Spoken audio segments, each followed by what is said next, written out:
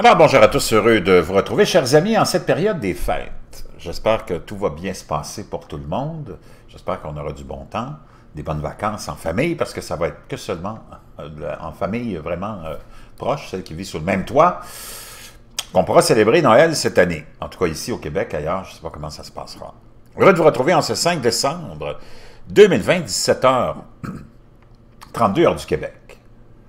On sait qu'il y a énormément de compétition pour l'exploration spatiale.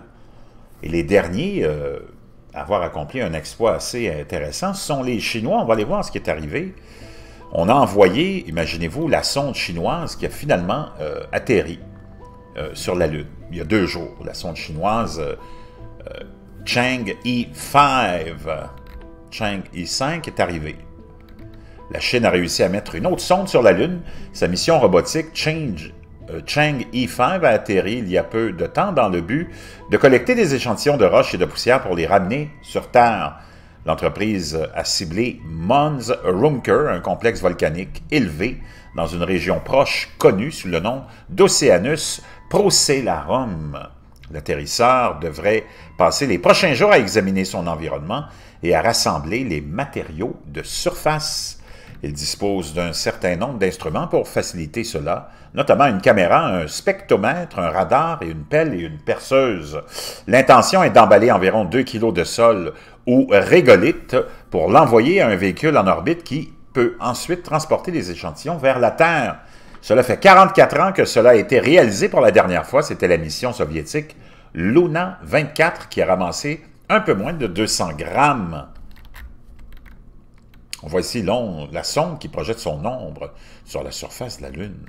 Contrairement au lancement de la mission il y a une semaine, l'atterrissage n'a pas été couvert en direct par les chaînes de télévision chinoises. Ce n'est qu'après la confirmation du toucher qu'ils ont fait éruption dans leur programmation pour relayer la nouvelle. Les images prises lors de la descente ont été rapidement publiées avec le cadre final, montrant l'une des jambes de la sonde projetant une ombre sur la surface lunaire poussiéreuse. L'Agence spatiale américaine a félicité la Chine. Le plus haut responsable scientifique de la NASA, le Dr Thomas Zurbuchen, a déclaré qu'il espérait que la communauté internationale de la recherche aurait éventuellement la chance d'analyser les échantillons envoyés chez eux. Lorsque les échantillons collectés sur la Lune seront renvoyés sur Terre, nous espérons que tout le monde bénéficiera de pouvoir étudier cette précieuse cargaison qui pourrait faire progresser la communauté scientifique internationale, a-t-il tweeté. C'est un des rares domaine où on a une collaboration internationale et où il n'y a pas vraiment d'animosité entre les nations. C'est une bonne chose. La pile du vaisseau spatial Chang'e 5 de 8,2 tonnes a été lancée depuis le port spatial de Wenchang dans le sud de la Chine le 24 novembre, heure locale. Il est arrivé au-dessus de la Lune ce week-end, puis s'est mis à circuler sur son orbite avant de se scinder en deux. Une moitié, un véhicule de service et un module de retour est resté en orbite, tandis qu'un segment atterrisseur ascendeur était préparé pour une tentative de toucher des roues. Ici, on voit une autre image de la caméra Chang'e 5 dans la descente.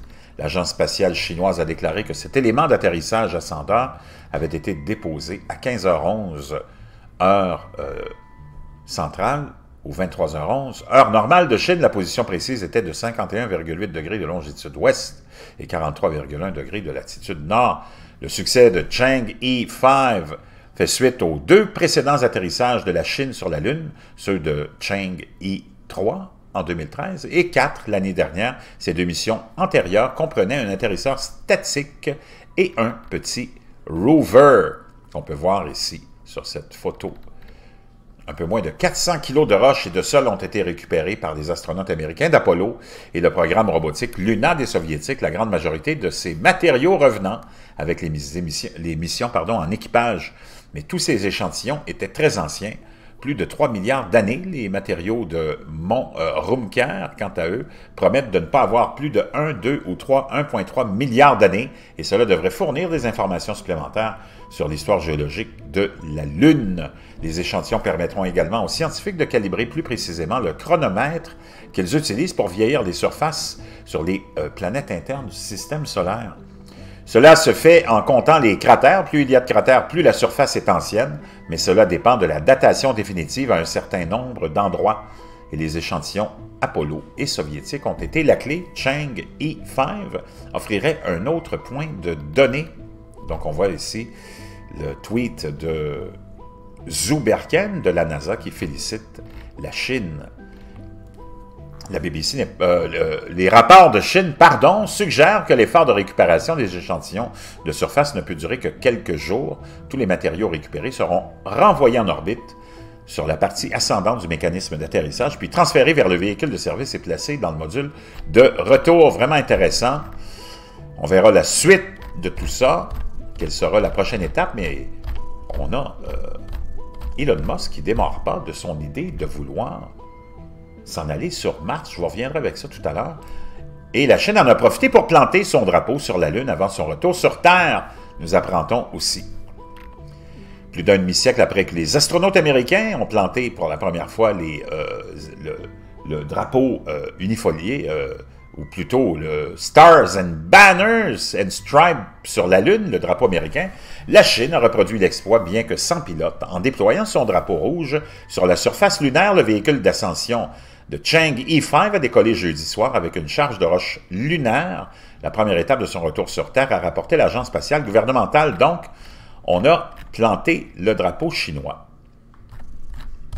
sur la Lune. Je reviens peut-être avec Mars, justement. J'avais quelque chose de nouveau là-dessus.